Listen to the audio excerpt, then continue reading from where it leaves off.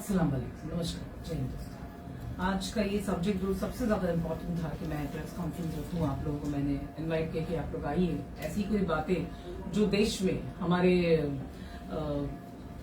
लड़की होने के ऊपर एक दोष जैसा फील होना।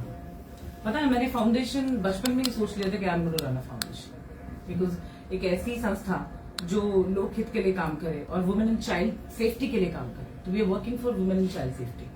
मेरे आज का सबसे पहला मुद्दा है कि डॉक्टर नुसरत परवीन, उनके साथ में एक अटैक हुआ उनके चेहरे पे, किया एक बहुत उम्र दराज इंसान ने, Nitish Kumar, who is already a sitting CM, चौथी बार सीएम है शायद वो, चौथी बार, फोर्थ टाइम सीएम बनने के बावजूद इतना मानस नहीं एक लड़की, आप उसको विदाउट हर कंसर्न उसका कपड़ा खींचे। मेरे लिए वो कपड़ा है, इट्स अ स्कार्फ।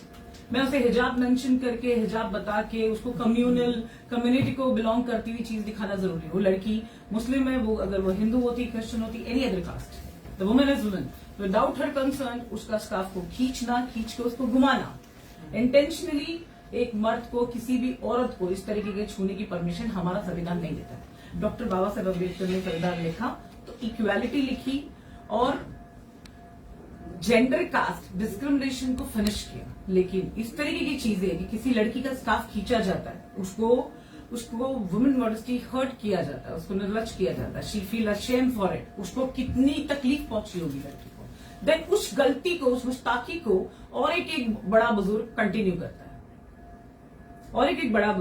करता है, his name is Sanjay Nishad and see again he is a big man, इतनी उम्रदराज है और वो जिस तरीके से उस पूरे इवेंट को एलैबोरेट करके बता रहे थे कि कैसे सिर्फ छुआ ही है, उंगली नहीं टच की। आप पता है पुराने जमाने की जो विलन्स की जो एक्टिंग होती थी, लिटरली वो लाइव देखने मिला। संजय निषद के वो गंदे से लाफिंग, हंसता हुआ, एक बोलते ना बदतमीजी का नेक्स्ट लेवल उस इंसान ने पार किया। तो उसने भी उस लड़की को ही नहीं, जिस तरीके से वे ऑफ बिहेवियर है, आप उस इंसिडेंट को डिस्क्राइब कर रहे हो, you are actually hurting the entire nation.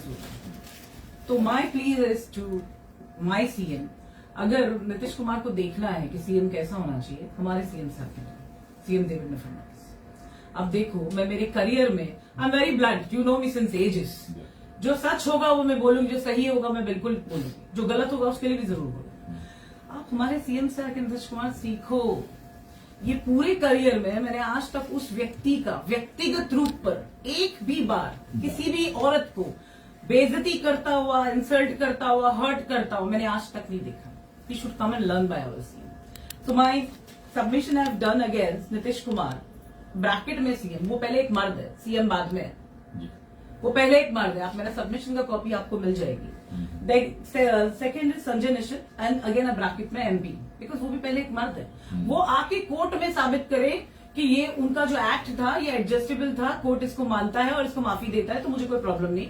मैं एफआईआर के लिए सबमिशन फाइल कर चुकी हूँ, इट्स फाइल्ड ऑन 19 दिसंबर। ठीक है, इसका सबमिशन मैंने हमारे governor of Maharashtra, director general of Maharashtra, commissioner of Mumbai police, senior police inspector Bandra police station, because मेरा नजदीकी पुलिस स्टेशन यही है। अगर ये एफआईआर लेते हैं तो हमारा समय बचेगा और लड़की को इंसाफ मिलेगा। Chief minister of Maharashtra Devendra Fadnavis, then a president of India, prime minister of India, as well as the lady who is a child and women welfare minister, Annapurna Devi, a central minister. ये सबमिशन आप लोगों को याद दिलाने के लिए कि संविधान सबके लिए एक बराबर है। तो मैं चाहती हूँ कि नीतीश कुमार और संजय निषद, साथ में वो और एक बंदा है जिसने माइक लेके इंसिडेंट को सपोर्ट किया, इनके ऊपर एफआईआर हो, इनको पता चले कि कानून सबके लिए सेम है। अगर उनको कोर्ट माफी देता है, वो जज को कन्विंस करे कि माफी दे सकते हैं जज, तो मैं एक्सेप्ट कर लूंगी।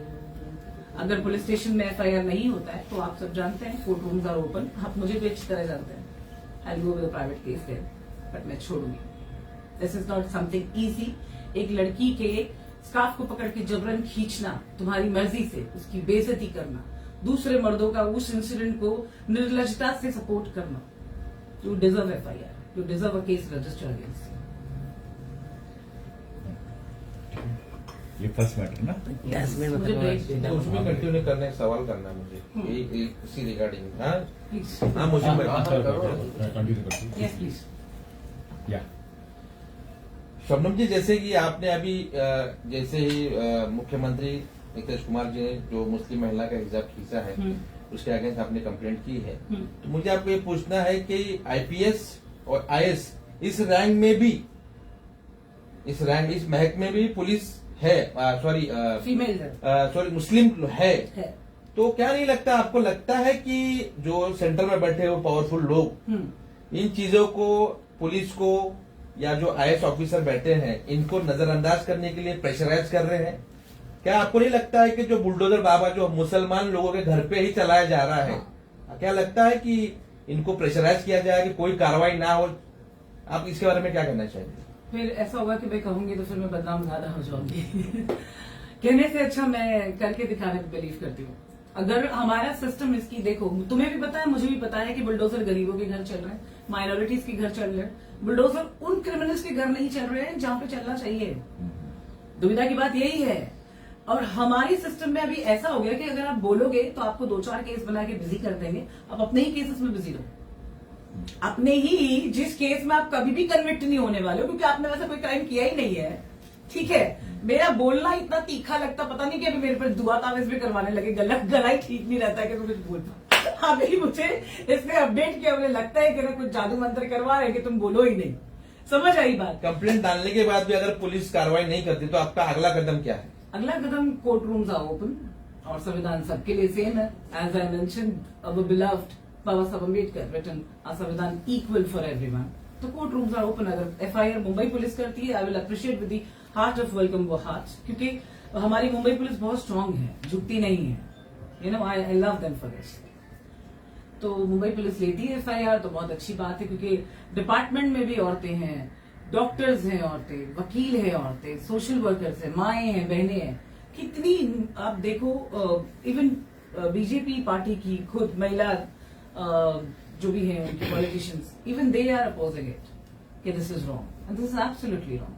अगर एक सीएम को इसकी माफी मांग के छोड़ दिया जाए तो मतलब आप वो पूरे बिहार को सिखा रहे हो कि पूरे हिंदुस्तान को सिखा रहे हो कि आप किसी भी लड़की को पकड़ के खींच सकते हो। एक्चुअली इस इंसिडेंट को माफ करना, मैंने सुना लोग बोल रहे कि माफी मांगो। अरे माफी मांगने से क्या होगा? इधरों मैं पहले 2 थप्पड़ मारती फिर मैं माफी मांग लूंगी। चलता है क्या? बोलो चलेगा?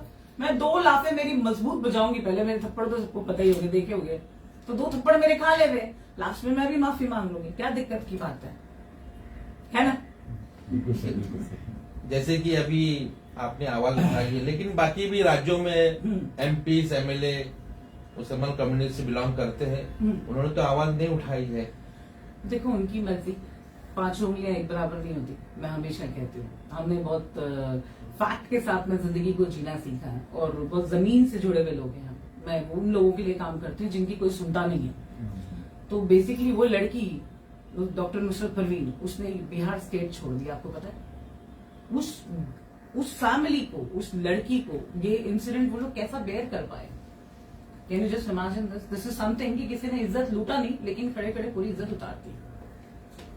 आई बात समझ में? आप पत्रकार हो, आप लोगों को मेरी बात बेहतर समझ में आई।